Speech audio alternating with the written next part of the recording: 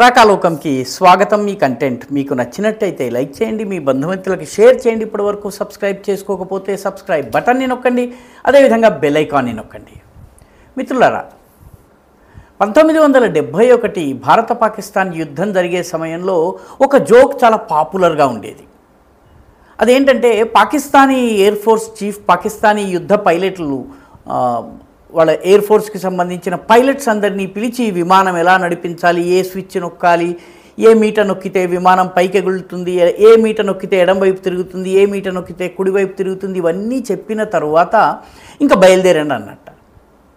అప్పుడు కొందరు పైలట్లు అడిగారట ఆయన్ని, ఏమండి మీరు ఎక్కటము, ఎగరడము, పైకి టేకాఫ్ చేయటము, రైట్ లెఫ్ట్ ఇవన్నీ చెప్పారు, ఎలా ల్యాండింగ్ చేయాలి, ఎలా దిగాలో చెప్పలేదు మీరు మాకు అని చెప్పి అడిగారట. అడిగితే నేవీ చీఫ్, వాళ్ళ ఎయిర్ ఫోర్స్ చీఫ్ చెప్పాడట, అది దిగే మిమ్మల్ని కిందకి దింపే పని భారత మిలిటరీ చూసుకుంటుంది, మీరు ఎక్కడం వరకు మీరు చేస్తే దింపడం వాళ్ళు చేసుకుంటారు అని చెప్పి ఆయన అన్నారని. ఎందుకంటే అమెరికా దగ్గర అత్యాధునిక విమానాలు ఉన్నా కూడా ఆ రకంగా మన సైనికులు, మన ఎయిర్ ఫోర్స్, నేవీ, అదేవిధంగా మన ఆర్మీ పాకిస్తానీ విమానాల్ని అలా కుప్పకూల్చింది అని చెప్పడానికి ఈ జోక్ను ఉపయోగించేవారు. అయితే వాస్తవం ఏంటంటే, పాకిస్తాన్కి చాలా అద్భుతమైనటువంటి ప్లానింగ్ చేయటం తెలుసును, ఆ ప్లాన్ని ఎగ్జిక్యూషన్ చేయటం తెలుసును, ఆ ప్లాన్ని ప్రారంభించడం తెలుసు, స్టార్ట్ చేయడం తెలుసును. కానీ ఎలా దాన్ని ఎండ్ చేయాలి, లాజికల్ కంక్లూజన్కి ఎలా తీసుకువెళ్ళాలి, దాన్ని ఎట్లా సమాప్తం చేయాలి, ముగింపు ఎలా చేయాలి, ఇది పాకిస్తాన్కి తెలియదు. ఇది మొదటి నుంచి కూడాను ఇది పాకిస్తాన్కి సంబంధించి 1965 యుద్ధ సమయంలో పాకిస్తాన్ ఇలాగే ప్రయత్నం చేసింది. ఆపరేషన్ జిబ్రాల్టర్ పేరిట వేల మంది పాకిస్తానీ ఏజెంట్లను కశ్మీర్లోకి ప్రవేశించి తిరుగుబాటు చేయించాలని, ఆ తర్వాత పాకిస్తాన్ ఆర్మీ ఆపరేషన్ గ్రాండ్ స్లామ్ను నిర్వహించి జమ్మూ కాశ్మీర్ని పూర్తిగా తన గుప్పెట్లోకి తీసుకోవాలి. ఇది పథకం. ప్రారంభమైతే చేశారు, వాళ్ళకి స్థానికుల నుంచి మద్దతు లభించలేదు, కశ్మీర్లో ఉన్నటువంటి జనాభా నుంచి మద్దతు లభించలేదు. రెండవది, భారతదేశము వాళ్ళు ఊహించని రీతిలో లాహోర్ పైన దాడి చేసింది, హాజీపీర్ పాస్ని తన చేతిలోకి తీసుకుంది. దీంతో పాకిస్తాన్కి లాహోర్ని కాపాడుకునేందుకు సగం సైన్యాన్ని వెనక్కి తీసుకువెళ్లాల్సి వచ్చింది. 1971లో కూడాను భారతదేశంలో ఉన్నటువంటి మన ఎయిర్ స్ట్రిప్స్ అన్నిటి మీద దాడి చేశారు. డిసెంబర్ 3వ తారీఖున, డిసెంబర్ 4న భారత్ ప్రతిదాడి ప్రారంభిస్తే వారం రోజుల్లో పాకిస్తాన్ పూర్తిగా చతికిలబడిపోయింది. యుద్ధము 14 రోజులు సాగింది అన్నది అఫీషియల్ రికార్డ్స్, కానీ పాకిస్తాన్ యొక్క యుద్ధం 6 రోజుల్లోనే అయిపోయింది, 6-7 రోజుల్లో పూర్తయిపోయింది. ఆ తర్వాత అక్కడ కొంచెం యుద్ధము, ఇక్కడ హిల్లీలో యుద్ధం జరిగింది, ఇంకో చోట జరిగింది, ఢాకాలో సరెండర్కి సమయం పట్టింది. మొత్తం అంతా కలిపి 14 రోజుల్లో ఈ యుద్ధం పూర్తయింది. కార్గిల్లో కూడాను చొరబాటు చేసి కొండల మీద, ఎత్తుల మీద ఉండి అక్కడి నుంచి రాళ్లు విసరటము, అక్కడి నుంచి దాడులు చేయటము, ప్లానింగ్ వరకు అద్భుతం. దాన్ని ఎగ్జిక్యూషన్ చేసి దాన్ని కంప్లీట్ చేసే విషయంలో భారతదేశము బొఫోర్స్ గన్స్ని ఉపయోగించి వాళ్ళ స్థావరాల మీద దాడి చేస్తుందని కానీ, లేజర్ గైడెడ్ ప్రిసిషన్ బాంబ్స్ ద్వారా ఏరియల్ అటాక్ చేస్తుందని వాడు ఊహించలేదు. దాంతో ఇమీడియట్లీ సైన్యం వెళ్ళి నవాజ్ షరీఫ్ పాదాల మీద, నవాజ్ షరీఫ్ వెళ్ళి అప్పుడున్నటువంటి దేశాధ్యక్షుడైనటువంటి అమెరికన్ అధ్యక్షుడైనటువంటి క్లింటన్ పాదాల మీద పడ్డాడు. మొత్తానికి ఏదో రకంగా చావు తప్పి కన్నులొట్టపోయిన పరిస్థితి. పాకిస్తాన్కి మొదటి నుంచి కూడాను ప్లానింగ్ అద్భుతంగా చేస్తారు. పహల్గాం విషయంలో కూడా గొప్పగా ప్లానింగ్ చేశారు. భారతదేశాన్ని సర్ప్రైజ్ చేశారు, షాక్ చేశారు. 6-7 సంవత్సరాలుగా దాడులు జరగనటువంటి భారతదేశంలో ఇలాంటి దాడి జరిగేటప్పటికీ కాసేపు దిగ్భ్రాంతి, కాసేపు షాక్ ఉండడం సహజం. కానీ ఆ తరువాత భారతదేశం తీసుకునేటటువంటి యాక్షన్ల విషయంలో పాకిస్తాన్కి ఎలాంటి అవగాహన లేదు. ఇప్పుడు పాకిస్తాన్లో కంగారు మొదలైంది. పరిస్థితి ఏ స్థాయికి వచ్చిందంటే, పహల్గాం దాడి జరిగి వారం రోజులు కూడా కాకుండా పాకిస్తాన్ ప్రధానమంత్రి ప్రత్యేకంగా భారత ప్రభుత్వానికి అర్థం కావాలని ఇంగ్లీషులో, మేము దర్యాప్తులో సహకరిస్తాము, ఉమ్మడిగా దర్యాప్తు చేద్దాము, న్యూట్రల్, ట్రాన్స్పరెంట్ అండ్ క్రెడిబుల్, ఈ రకంగా 3 రకాలుగా, అంటే అది నిష్పక్షపాతంగా ఉండాలట, అదేవిధంగా పారదర్శకంగా ఉండాలట, అదేవిధంగా క్రెడిబుల్, నమ్మదగ్గ టుగా ఉండాలట. అలాంటి దర్యాప్తు గనక జరిగినట్టయితే పహల్గాం విషయంలో సహకరించేందుకు మేము సిద్ధమన్నారు.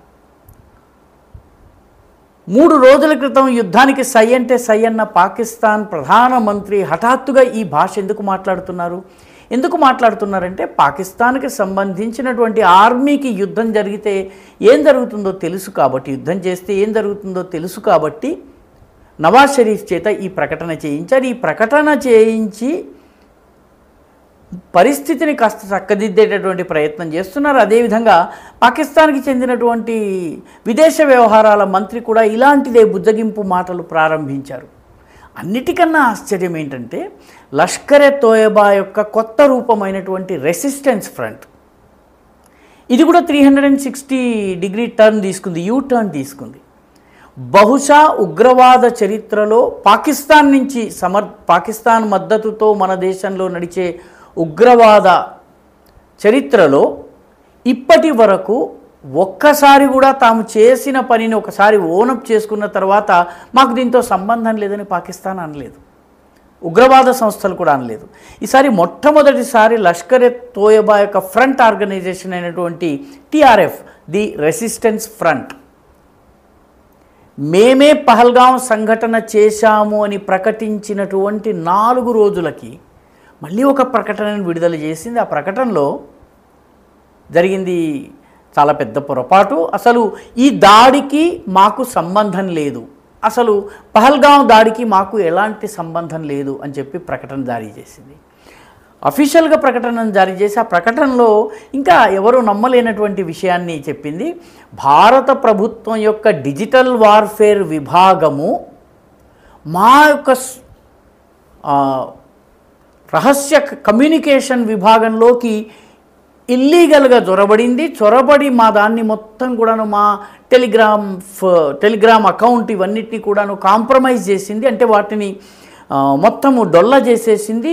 ఈ అబద్ధపు ప్రచారం మా ద్వారా ప్రకటన వచ్చినట్టుగా ప్రచారం చేసింది అని చెప్పి అంటున్నారంటే ది రెసిస్టెన్స్ ఫ్రంట్కి సంబంధించినటువంటి సోషల్ మీడియా అకౌంట్లు వాళ్ళ యొక్క కమ్యూనికేషన్ విభాగంలోకి చొరబడేంత శక్తి భారత ప్రభుత్వానికి ఉన్నట్టుగా, భారతదేశం యొక్క ఏజెన్సీలకు ఉన్నట్టుగా పాకిస్తాన్ యొక్క ఈ ఫ్రంట్ ఆర్గనైజేషన్ అయినటువంటి లష్కరే తోయబా యొక్క ఫ్రంట్ ఆర్గనైజేషన్ అయినటువంటి ద రెసిస్టెన్స్ ఫ్రంట్ అంగీకరిస్తోంది.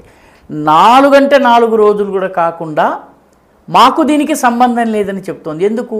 ఒకటి, భారతదేశం నుంచి జరిగేటటువంటి వస్తున్నటువంటి రియాక్షన్, కశ్మీర్లో ఉగ్రవాదుల్ని ఏరివేయటము, వాళ్ళ ఇళ్లను ధ్వంసం చేయటము, బుల్డోజర్ యాక్షన్ అక్కడ కూడా ప్రారంభం కావడము, దీనితో స్థానికుల నుంచి ఇప్పుడు ఉన్నటువంటి ఆ కొద్దిపాటి మద్దతు కూడా తగ్గిపోతుంది. రెండవది, టూరిజం సీజన్లో ఈ దాడి చేయటం వల్ల టూరిజం ఎఫెక్ట్ అవుతుంది. జమ్మూ కాశ్మీర్ యొక్క మొత్తం ఆదాయంలో చాలా సిగ్నిఫికెంట్ పోర్షన్ అయిన టూరిజం దెబ్బతింటే స్థానికులకు నష్టం, దాంతో స్థానికుల నుంచి రియాక్షన్ వస్తుంది.